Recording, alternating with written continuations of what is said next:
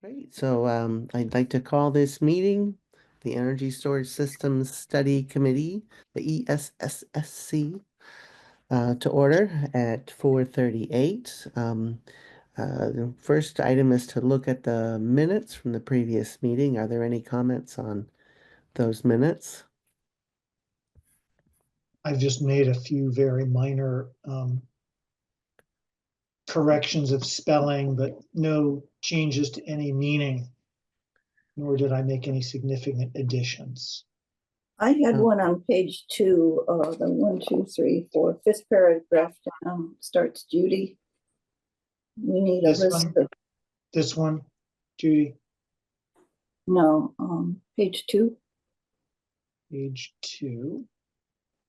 These don't have page numbers on them. Well, Allie. Right. Yes, yeah. Judy, it's Joyce said that. this is not Judy, this is Joyce. We're putting words in Joyce's mouth here. Yeah. Joyce, do you And acknowledge saying I this? feel like I said words to that effect. Yeah. I apologize. Hey, I'm glad we've caught it. I'm always doing things like mixing up people whose names start with the same first letter all the time. So I can appreciate that actually. I was basically fine with everything that I saw here. Okay. So I would move to approve the minutes as amended. Second. Okay. It's moved and seconded to accept the meeting minutes as amended since we're on Zoom. I got to do a roll call. So I better move to gallery mode so I can see everybody. Okay, I'm going to do the order that I see on the screen. George, Yes. Allison, Non-voting. not voting. Oh, okay. Yes, Judy? here, but Oh, I forgot. Sorry about that. Judy? okay. Yes. Brant? Yes. Mike? Yes. Paul? Yes. Okay, great. First order of business taken care of. Proud of us. Second is to establish a time frame related to town meeting. I think maybe I'd like to hear from folks with experience on the planning board, which would be Judy and Brant, because I think it will depend, because the planning board would have to bring it forward, and if we can do all of their work and make the appropriate time frame for the hearings that need to happen and so on, the legal hearings, then there's no reason not to try for this year's town meeting, which is near the end of April. What would we have to do to make that timeline work? When would we have to have the first, like a hearing for this? So I'll comment. We already have a public hearing on 2 zoning amendments coming up on February 12th. So, then our next regular planning board meeting would be at the end of February, the 26th. I mean, normally, February 26th would be an opportunity at a regular planning board meeting to like introduce a bylaw proposal to the planning board. So what seems to be happening, Judy is doing her usual magic. She's spearheading the writing of a proposal under this committee's banner. And then would hand it over to the planning board, and we would have to have a discussion about it first at a regular planning board meeting. Okay. So And that could, the it would earliest you normally think that be can the happen is the 26th. It would Okay. normally be the 26th. I mean, you start to put a lot of stress and create problems for the planning board if you're like, must have this right away, like do an ad hoc planning board meeting. So Yeah. I'd like to say we're going to do this on a regular order, to have something for discussion on February 26th. hmm Then we could schedule a public hearing. And then it's really kind of the next order of business would be to schedule a public hearing, which we probably could do. So between Judy and I imagine we could have by February 26th, like all the legal notice stuff written, ready to go for a public hearing that could maybe be scheduled. We have to get this into the Greenfield recorder. Like probably the earliest it could appear would be like in a paper of record would be like Tuesday, the 4th of March. Then it would have to appear again on the 11th of March because we need to have 2 weeks of posting in advance of a public hearing by law. And so that would make it possible to have a public hearing on a bylaw proposal on March 19th. When you do all the calendar math, you have to have public notice in a paper on the 4th and the 11th for a public hearing that would then happen no earlier than March 19. So then we could do a public hearing, get public comment, whatever, potentially make changes. And then it's really just a question of now, who knows? Like, Then there would be another But regular planning board meeting at the end of March where those changes would be made and well, if we don't, what we have typically done, it really kind of depends on what would happen during the public hearing. If we in fact have the public hearing, it's relatively uncontroversial, okay. and we can just close the public hearing and make a decision as a planning board on the proposal, whether to recommend it or not to the select board for town meeting. I mean, that's really all the planning board ultimately does. Right. We don't approve, we merely recommend. So Okay. one scenario is planning board public hearing on the 19th. All goes well, planning board votes to recommend.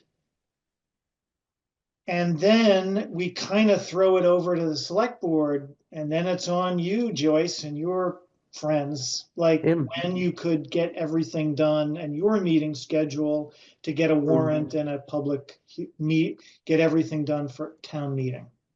Oh, okay. So we're Yes. talking, if all goes well, we have a recommendation on March 19th, and then the rest is, I know it's something like 2 weeks you have to have that warrant posted. I believe it's about 2 weeks, but that we 2 don't have. weeks ahead of the meeting.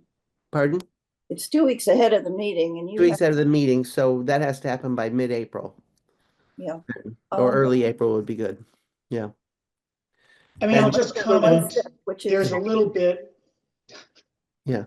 It's very, very tight and Yeah. There's only a little bit of wiggle room there. I have written to Pete to say that this is looming, we think, perhaps. And I think also that there's another issue the planning board is facing with accessory dwelling units, where the bylaws are. Yes. Well, Where the the state bylaws are regulations are being changing trumped as by we the state speak. law Yeah. on the ADU. So just So to there's two interject. reasons where I think from the planning board's perspective, and I, speaking for this committee, which I probably shouldn't, our perspective, it might make sense to postpone town meeting, but Yeah, I suspect that will come up on tonight's select board agenda as well, as something that they'll ask us to weigh in on. because the stuff that Grant in his very excellent summary left out was council's review, which would happen between during the time the public hearing is being posted. But yeah, as soon as you never quite know what you're going to get back when that when that comes. Yeah. So, And you are, I mean, I don't speak for the whole planning board, right? I'm just here, right? But you're asking a lot, in my opinion, to drop a big, complicated yeah, new bylaw on a planning board, most of whose members are brand new to the planning Yeah. board. Okay, And so then that's what I expect have us to. to just get it all done in like one public hearing. It's No, asking a lot. I think we understand. So what are our options here? We could, well, try the breakneck speed, which is one.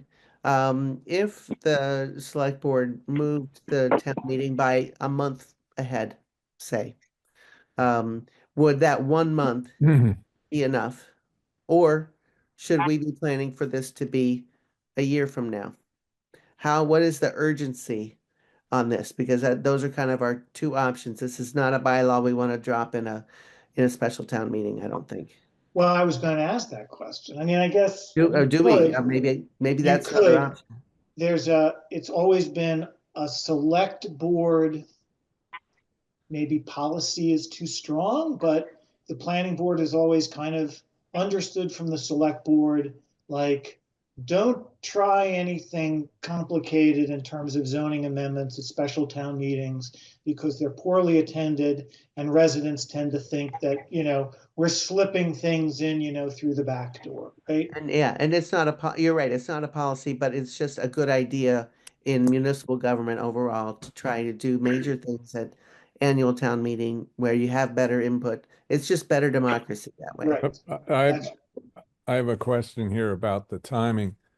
Are we better off rushing this thing through or not having a bylaw in place for the next year? If we don't have the bylaw in place for the next year, then people who want to put a battery storage system in effect are sort of out of luck until we pass the bylaw, or can they do it before we pass the bylaw?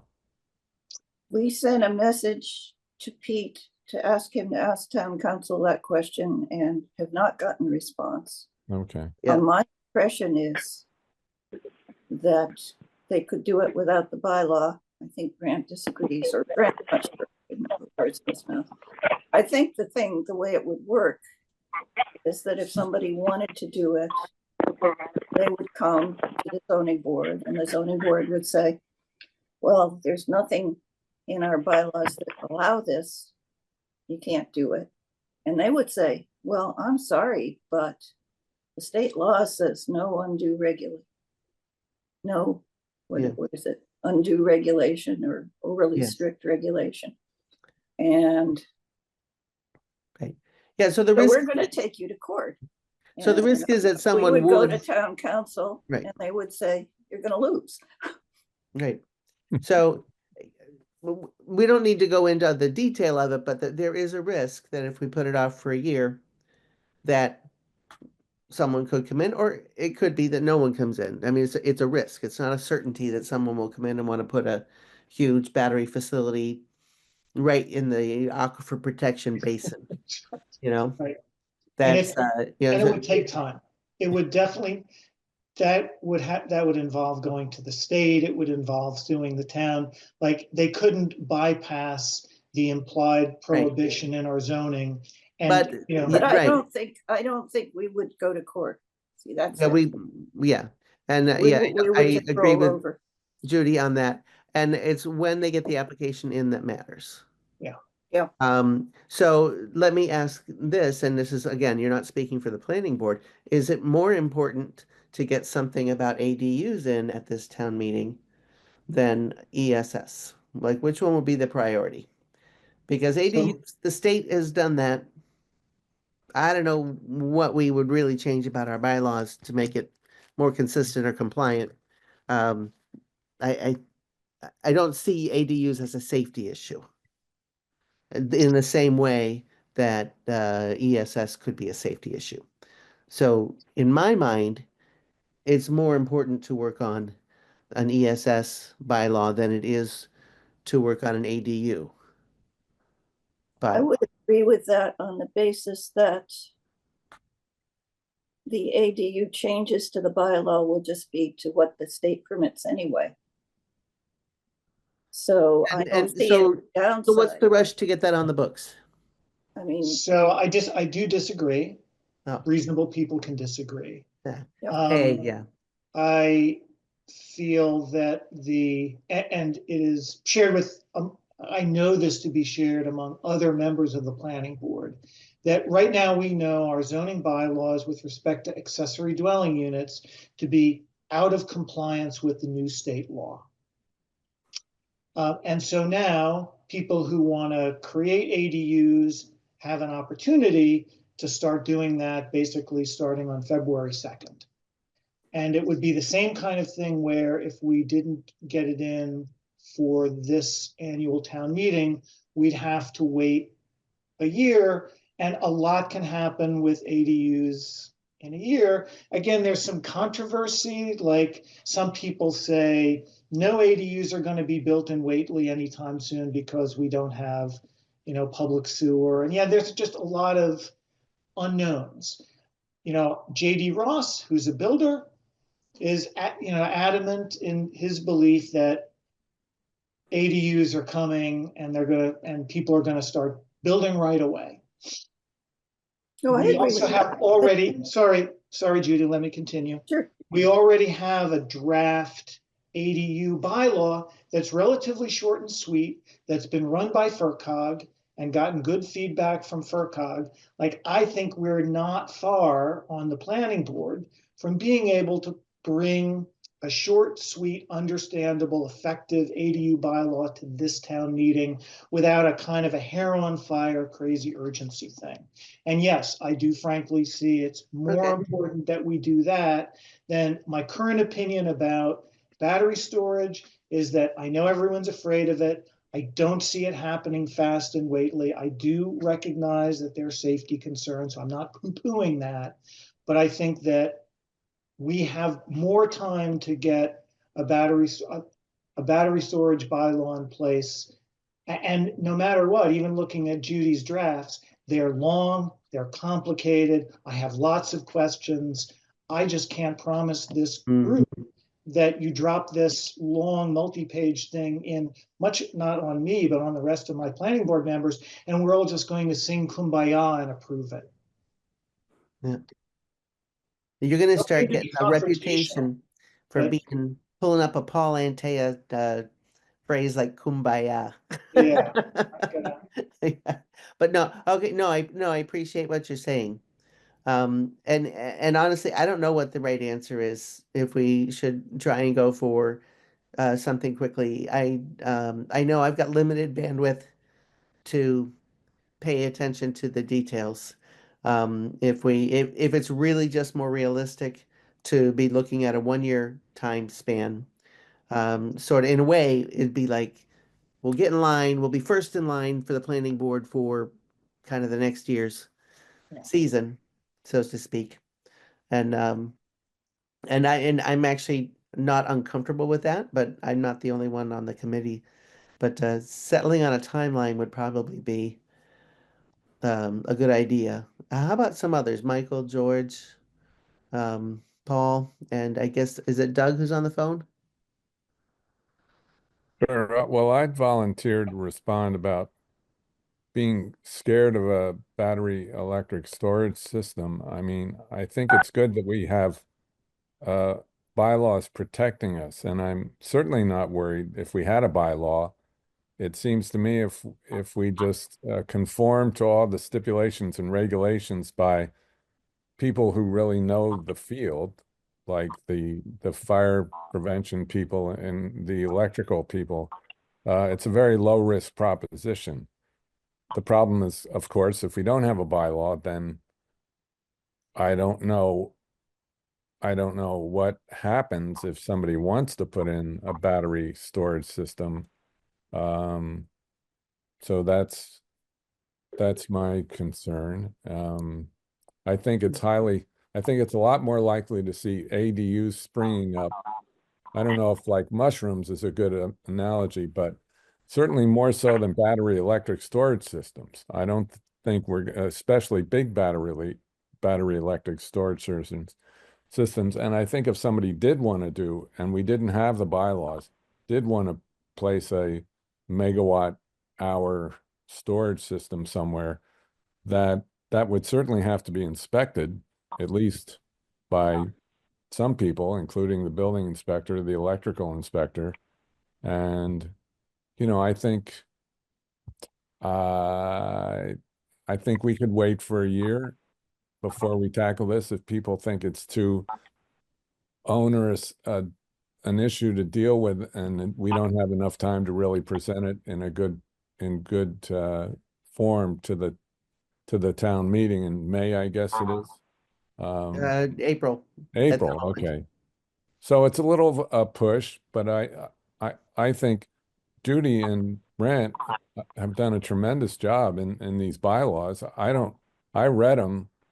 I don't know enough to say really whether there are any problems in them, but they sounded very well thought out, and they invoked a lot of dependence on authorities and inspectors who know a lot more about this technology than we do. So I I don't I don't know that I feel doing this bylaw at this year's town meeting is that heavy a lift, but that's my opinion. Okay. We could Let do me both, call AV on and storage. Erica. You had your hand up. So I want to name or just bring to our attention that I think the reason this agenda item is here is one, we hoped we would have an answer from town council about what the impact of not putting having this a through this bylaw. year would look like. And I think that there are kind of two big factors that we don't have the answer to. One is, when is town meeting? And the other is, what is the implication if we don't have this bylaw written and approved this year? And I think that we will probably have those answers by our next meeting. And I wonder if, and we're all, it looks like we're pushing well ahead with our drafting piece from this group. And I wonder if we, just knowing that we have like a limited time in our meetings because of the select board meeting that comes afterwards, how much time we want to devote to a conversation that's just missing information that we'll probably have in 2 weeks. Okay. I'm fine with pausing the conversation. Can people like nod their heads if they're kind of in compliant?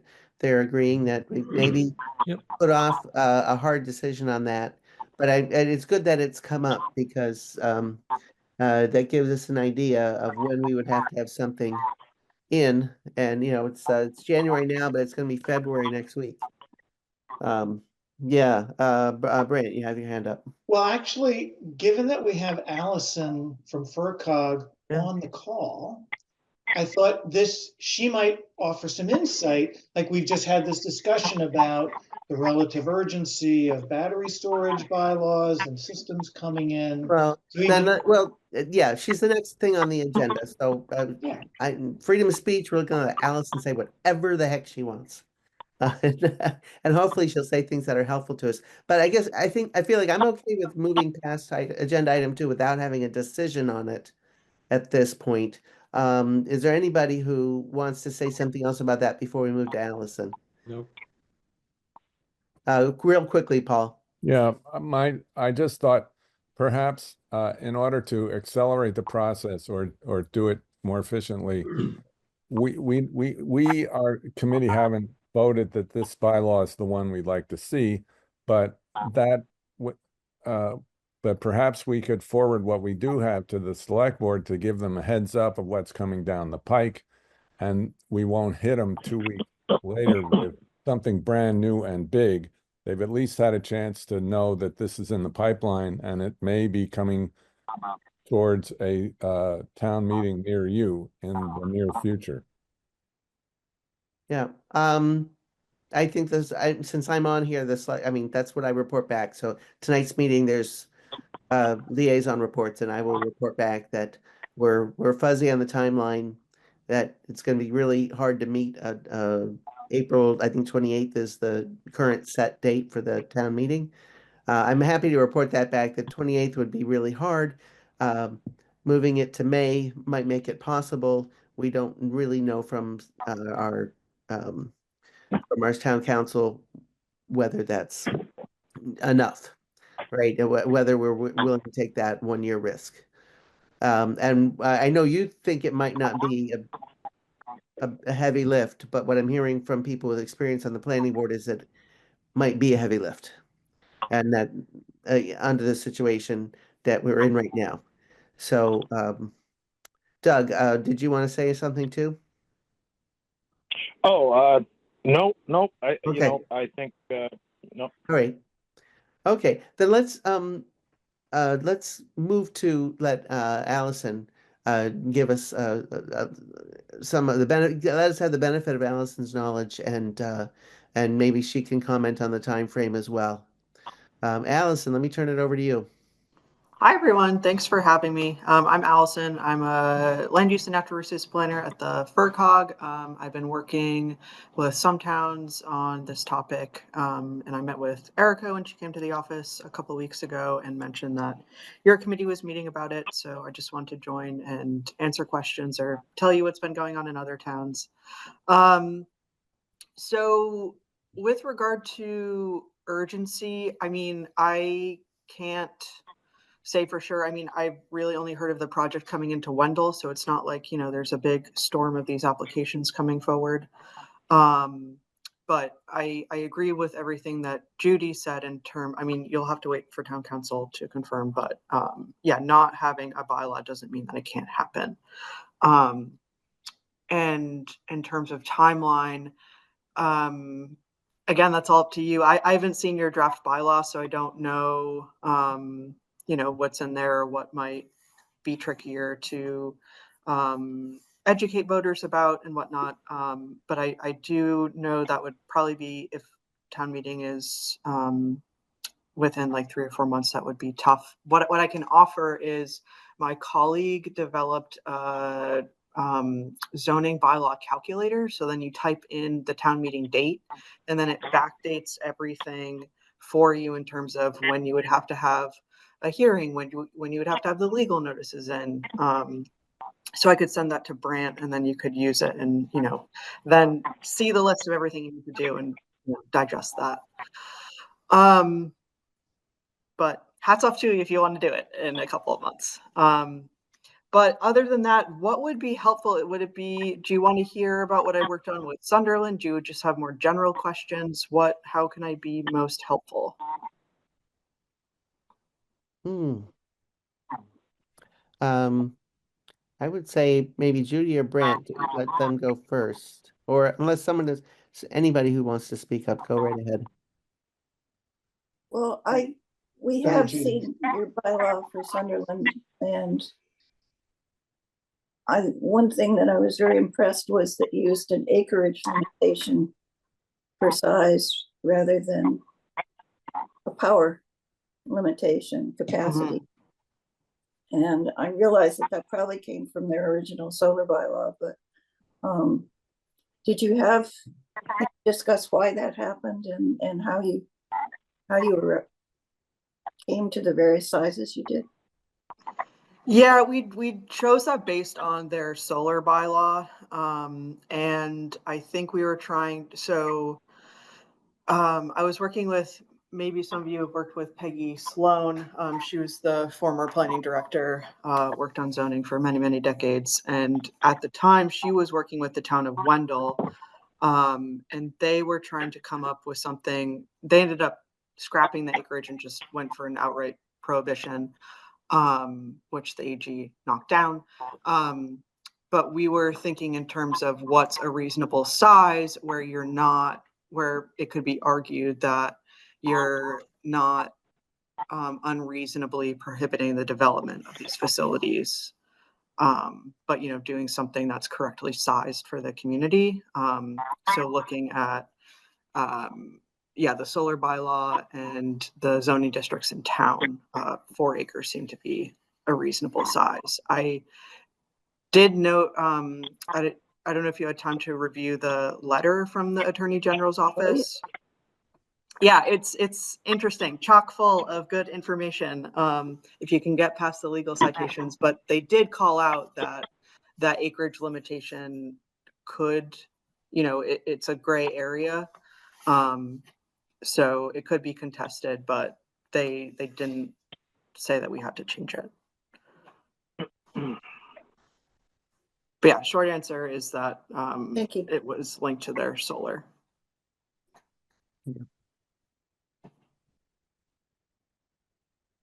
I guess the other thing, and this is a small detail in a very complex problem, but I've never seen a setback from a septic tank in any that Peggy Sloan's a good friend of mine, and I had lunch with her, and she explained where the 750-foot setback for wells came from. Mm-hmm. Uh-oh. I think we lost her. Yeah, well, she's frozen. She might give her a Frozen in moment. time. She might get back.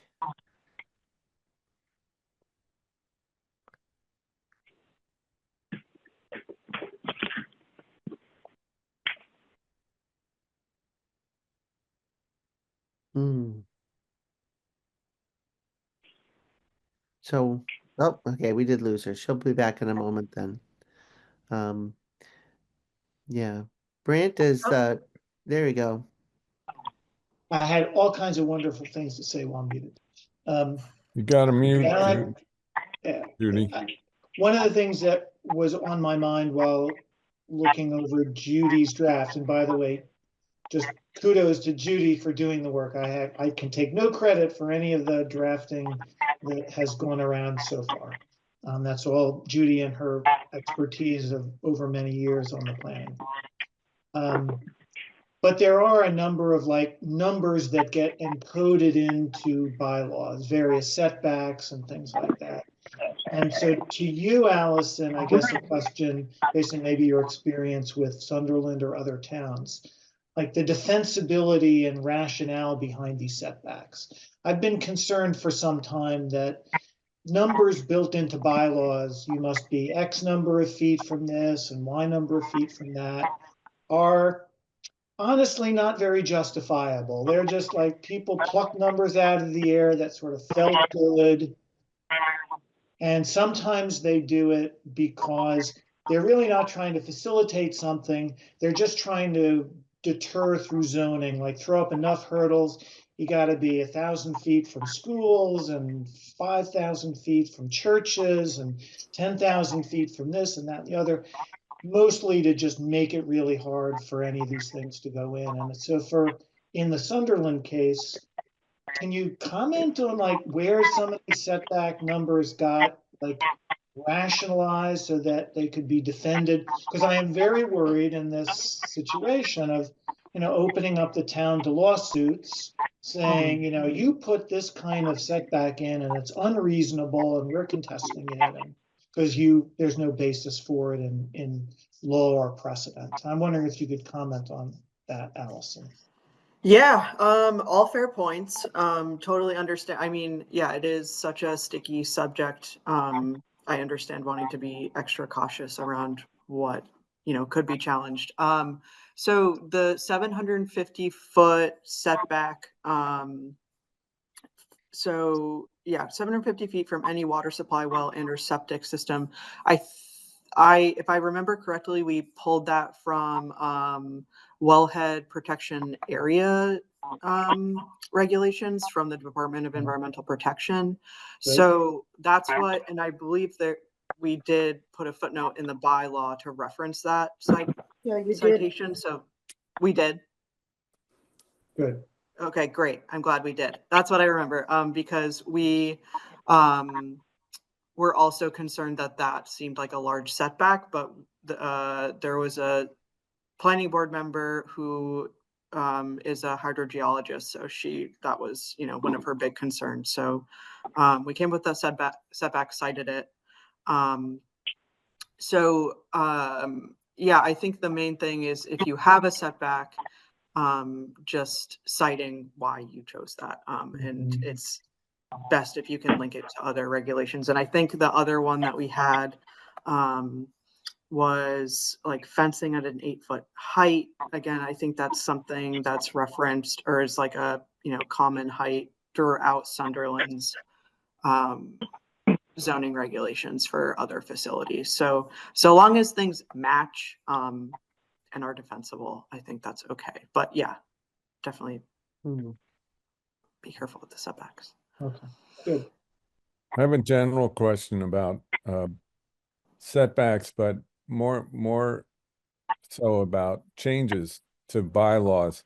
If we find that, let's say, evidence comes out that 750 feet is way excessive and 200 feet is much more reasonable, could we just amend the bylaw accordingly at a town meeting to We mark can, that change? everything that we do, I mean, that's kind of like the bread and butter of the planning board. But it is that formal process. We have to do public hearings, Yeah, and then ultimately they have to be voted on by and passed by typically a 2/3 majority at a meeting.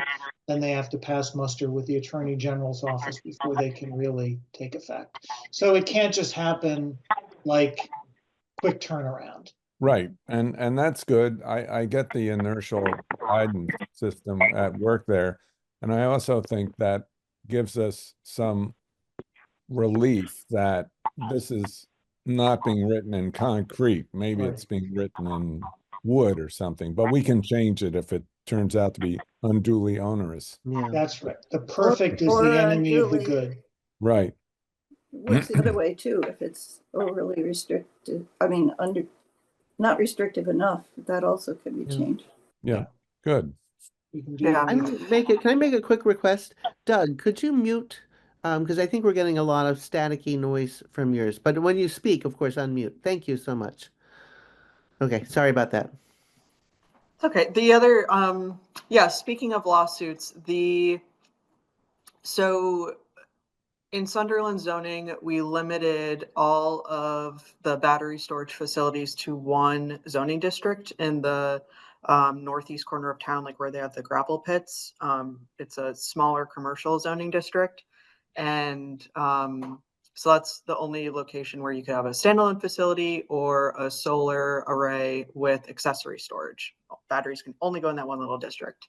In the letter from the Attorney General, they did call that out as their language was very vague. They said, we can't determine if this is unreasonably regulating solar, but it is just, I don't know what you're considering. If you are considering only allowing it in one small district, that is something to consider. Yeah. Yeah, I don't know. Their Sunderland's Town Council called it out as, again, a potential. Attorney General said it was potential, but Mm, gray area until something happens. yeah. So on that point, and perhaps an absurd example, if we had a district, real or overlay, where basically all the land was already taken, it was all used for other purposes, nothing available for development, unless somebody sold and they demolished whatever was there, for example. Could you in effect ban something by allowing it in a district where it was really impossible to put anything, right? And so if we were to do that even inadvertently, then again, we could open ourselves up to lawsuits. Yeah. Because that leads nicely to the one question I was hoping that Allison might help us with and that is we have an aquifer protection overlay district, and I have no idea if 750 feet from our wellhead is enough because I think the aquifer protection district is much bigger than 750 feet from the wellhead, and it's locations that we know, if we had a chemical leak into those Mhm. areas, that would ruin the public water supply. Mhm. Especially in those areas, water makes its way um, into the aquifer more quickly from there. So could we exclude the aquifer protection overlay district from that kind of a development. Yes, I want to say yes. I think you could. I'm looking at your zoning map now. I don't have your zoning bylaw in front of me, but I think that seems like something that'd be easy to do in the use table. If you prohibit other uses from those districts. We That makes, already, Allison, you wouldn't know this, but we already prohibit accessory battery storage with solar systems from the aquifer overlay district. So, okay. and there was no problem with that. So, Yeah, then I think that would be fine, and that's not a huge area of town. So I don't think that would be unreasonable. I know that Wendell is going back to the drawing board, and they are working on adopting an aquifer protection overlay district to do just that. So I think that is a reasonable way to think about it.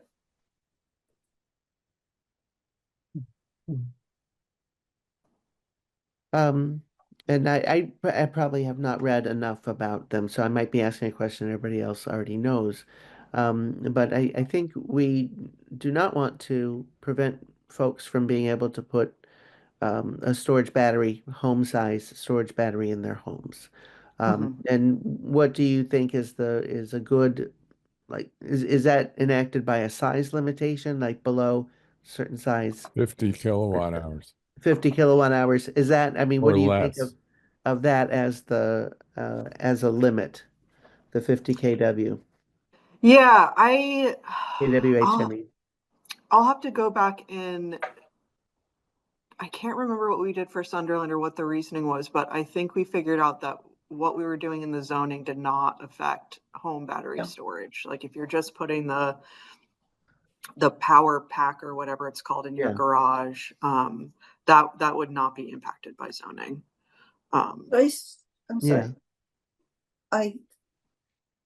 We talked to a member of the Sunderland's planning board, and they got the same advice that we had earlier, that anything that's in a building is not subject to zoning. That's a building permit issue, not a zoning issue. Yeah.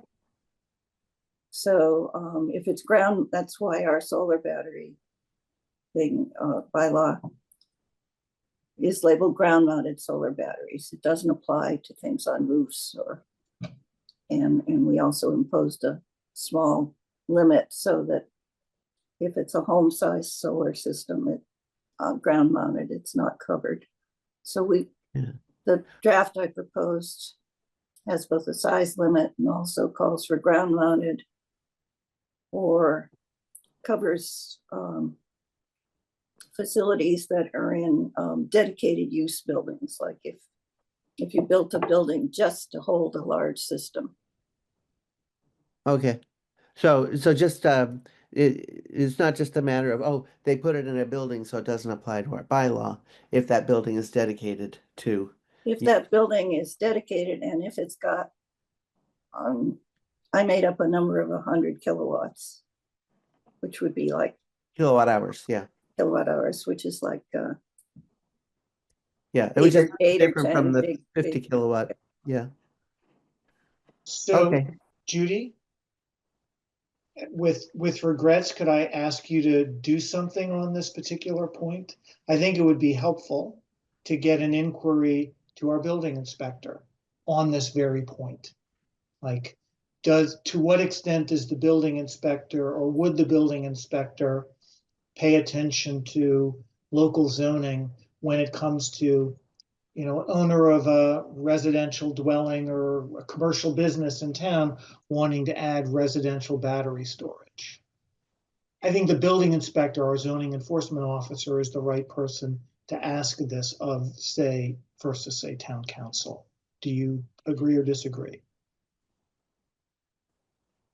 I'm not sure I understand the question. You're saying if they're gonna put something in an existing building, My request, we're having this discussion about whether residential battery systems like the one I have are subject to zoning bylaws.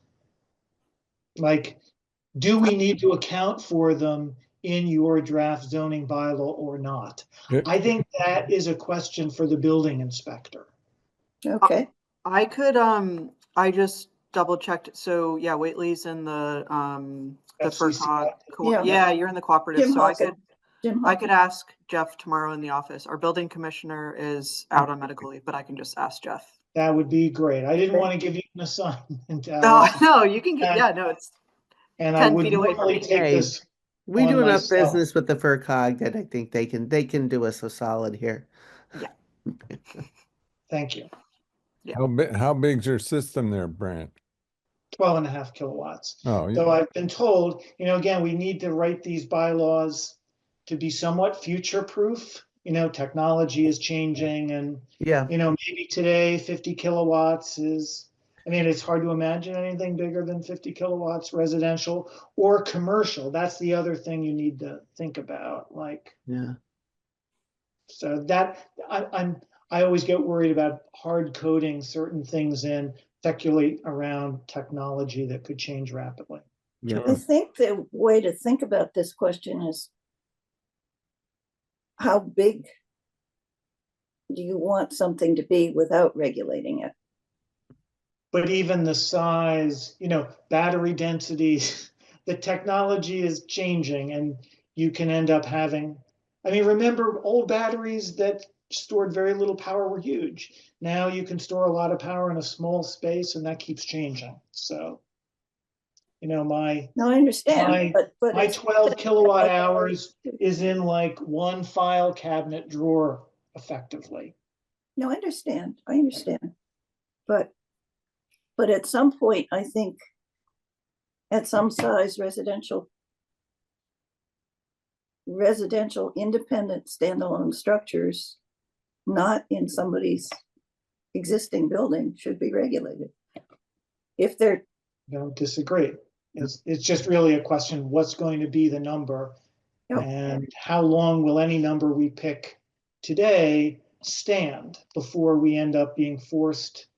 We don't want to, one of the problems, Paul, is that if we put these hard limits into our bylaws, and then we start creating problems for our own residents, because now we're saying Sure. you can't have something that you would normally want to be able to have that's perfectly safe.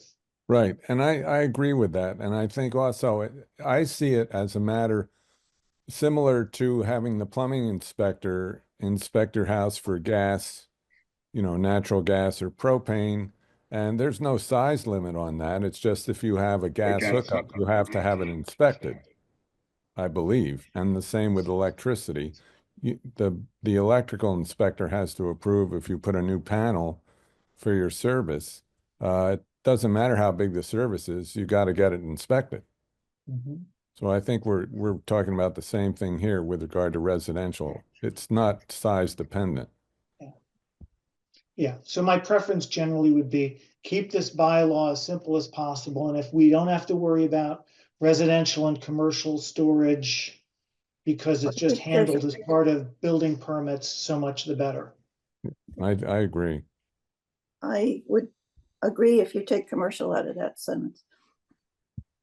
Well, then we have to get into discussions about what kind of commercial we mean, is it, Well, right? that's, yeah. Right, Anyway, that's, Okay. like if Muffins wants to put residential battery storage and solar panels up, that should be fine and they shouldn't have to go get a special permit. yeah, up to some size limit, of course.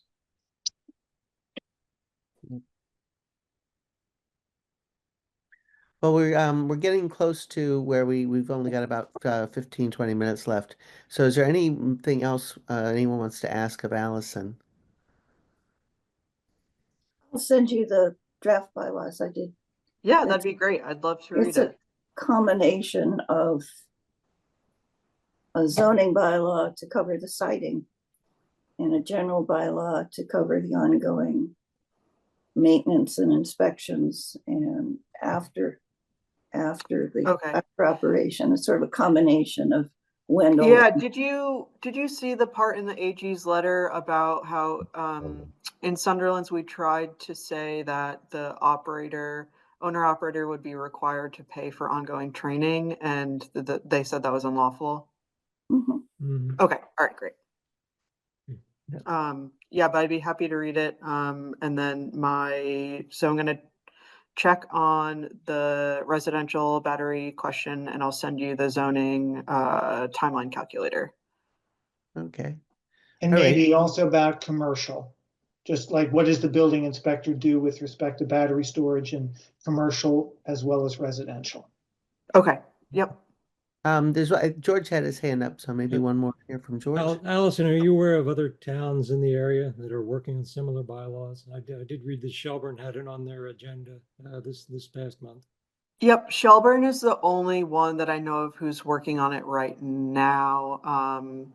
Like I mentioned, Wendell's working on mapping their aquifer districts so then they can, regulate it that way. But other than that, no, it's Whately and Shelburne. Okay, And thank you. do you happen to know their timeline is for this year's? Shelburne, I don't, Okay. like, you are grappling with a lot of the boards are having to shuffle things because of the ADU regulations. A lot of things are getting dropped in. One more quickie, Joyce, if I may. Sure.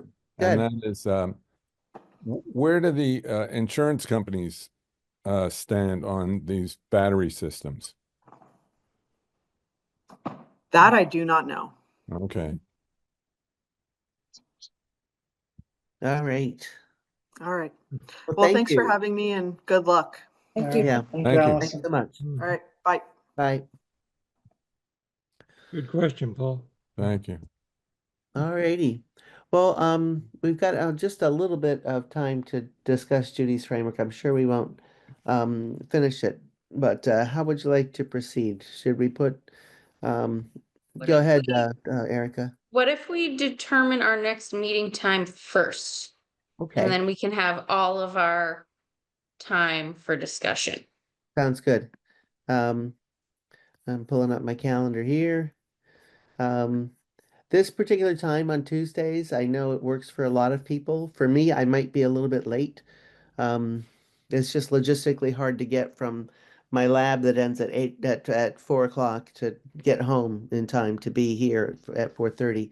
Um, so that's my only problem here is that I'll probably be 5 to 10 minutes late for every meeting if we started at 4:30. If we start at 4:45, then it's a shorter meeting. Let's So do that. Oh, well, yeah, it means it's only an hour long, and because we have to stop in time for the change over to the select board. But um, I think they could make that change over in 5 minutes rather than in 10 or 15 maybe. Um, I wonder if it's worth considering, I don't know if people can make it. It would probably be hardest on me, an earlier meeting to meet at 4, and then you could travel between meetings. um, yeah, I just have to walk across the hall and get into my office. Then I have to come home. Like, that might work okay as well. Um, Would that work for other other people people? on? I'm good Fine. either way on the 11th. We're talking about February 11th, Tuesday. So it could be 4, 4:15, 4:30, as far as I'm concerned. Same here. Early- Earlier is better for me. Yeah, same here. So we're saying 4 o'clock. We're gonna try for next time. It sounds like you're the person it impacts the most, so I think you Mhm. get to decide.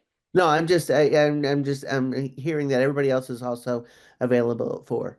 So Yeah. I think I can be there within like 4:02 because the What my time? classroom and office are right across the hall from each other. And as so long as if our meeting is only an hour or an hour 15, then I have plenty of time to get home and get to the selectmen's meeting. I can even be there in So person. 4 to 4:15, 4 to 5:15. 4 to 5:15, let's say, on the 11th.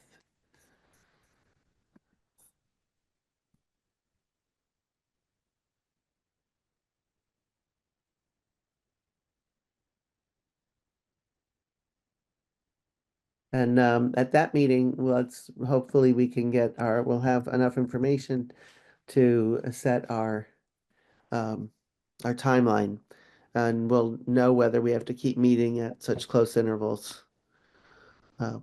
Okay, all right.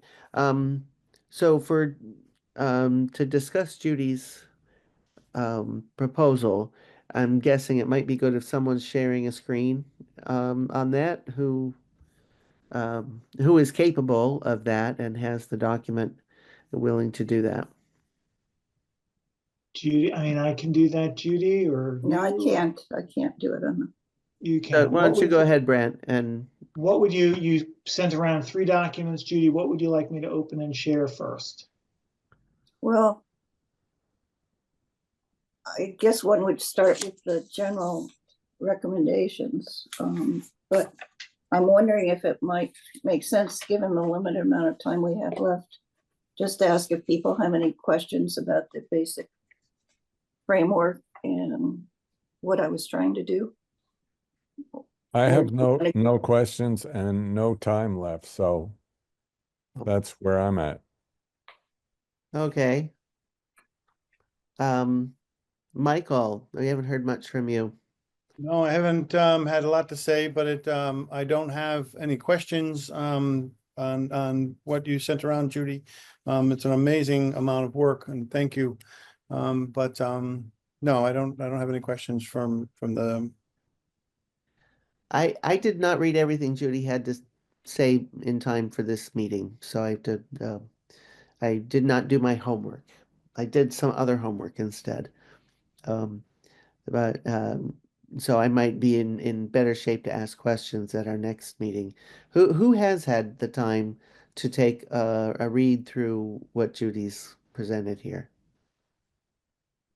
Well, Oh, read through is one question. Understanding is another question. But oh. every one of the words I recognize, but the order that they're in is anyway. It was great. It was very thorough. Nice work, Judy. Thank you. Yeah, great job. I did read through everything. Judy, I had small questions and clarifications here and there that I put in as comments. I can put that up as a Google Doc. Sure. Um, just minor things like well, just minor things you'll see. Yeah, And you can just contact me directly if you have questions about those. yeah. Well, do you have a document with the comments, and do you want to email that or? Sure, I can email it around or put it up in the on the Google Okay, okay. in the folder. Yeah, because I think I still have to put the things from this past week's email into the folder as well. But yeah, you should be able to put things in there. Okay. Huh, All right. Well, we're not having much of a discussion here, it sounds no, like. Yeah, well, given we have so little time left. Yeah. we Um, did a lot tonight. I think we Yeah. should declare victory and retreat, and thank you, Judy, and Yes. Brant too. That was a great Okay. job. So for next time then the people who didn't do their homework have to do their homework. And so do a close read, and I understand what you're saying, Michael, about maybe you don't understand it as deeply as like you would read it and it doesn't occur to you to have a particular question. But sometimes when that happens, what and I tell students to do is, well, try and say that, summarize that in your own words. Like, what does that thing mean? And that sometimes brings up questions. So the next meeting will have maybe more or less the same agenda, but without the conversation with Allison on it, and maybe a shorter talk about the time frame. Um, and but have more time for discussion of that framework, and that's the 11th. Let me look back at the date, the timeline that Grant gave us. Looked like Erica had your hand up. Just, I wonder if it might be helpful. I mean, Michael, you and I are in the office anyway. But I'm open to offering a time when some of us kind of like sit and read it together in the town office, if that's something that people would desire. Thank you. Thank you for that offer. Well, let's take a look at that. If anyone else wants to be part of that, email me. Michael and I are already there often. So that offer is there if others want to figure out a time in between now and the 11th. Okay. Oops. Right, and then at that meeting, we have to decide whether we're going to try and turn this over to the planning board. February 26th is the earliest date that they could accommodate us to come and talk with them, or send it in to them for review and discussion. So we really have to kind of sort out the timeline at our next meeting. Right, then, Yeah. okay, And just a reminder that the planning board gets one of these bylaws. The select board gets the other, the general bylaw. oh, okay. Oh, I thought the general bylaw was also planning board, but so thank No. you for, It's not. yeah, okay. I would suggest that someone has the action item to reach out and prod town council or ask Pete to do so. Okay, who wants that job? Erica. That was Judy, since she forwarded the request on to Pete. Okay. Yeah, we don't need more than one person poking Pete, I think. He pokes well. I mean, you poke him once and he does the thing, right? So we Well, don't need multiple Would people. this come up in your summary? It might come up in my summary. Why don't I do the poke then? In my report tonight. Yeah.